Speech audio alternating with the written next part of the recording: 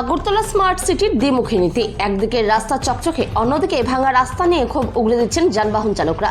ক্যামেরার আড়ালে স্মার্ট সিটির কর্তারা আগরতলা শহরের ভিআইপি রাস্তাগুলোর ওপর নতুন করে প্রলেপ দিয়ে ভোলবদল করছেন স্মার্ট সিটির কর্মকর্তারা, অথচ এর উল্টো ছবি শহরের বাকি অংশে।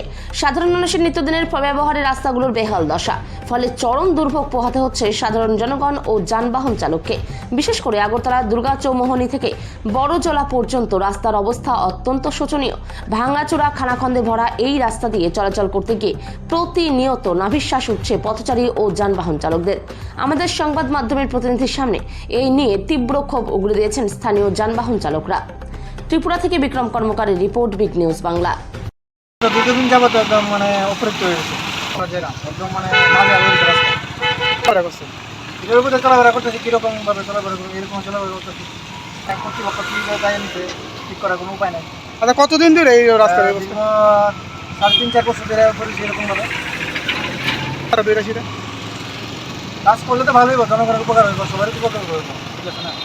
যাওয়া আসা একটু সুবিধা হইব। কীরকম সুবিধা হইতেছে আপনারা? একদম চলাফেরা একটু অসুবিধা, গাড়িও মেনটেন্স বাড়তেছে।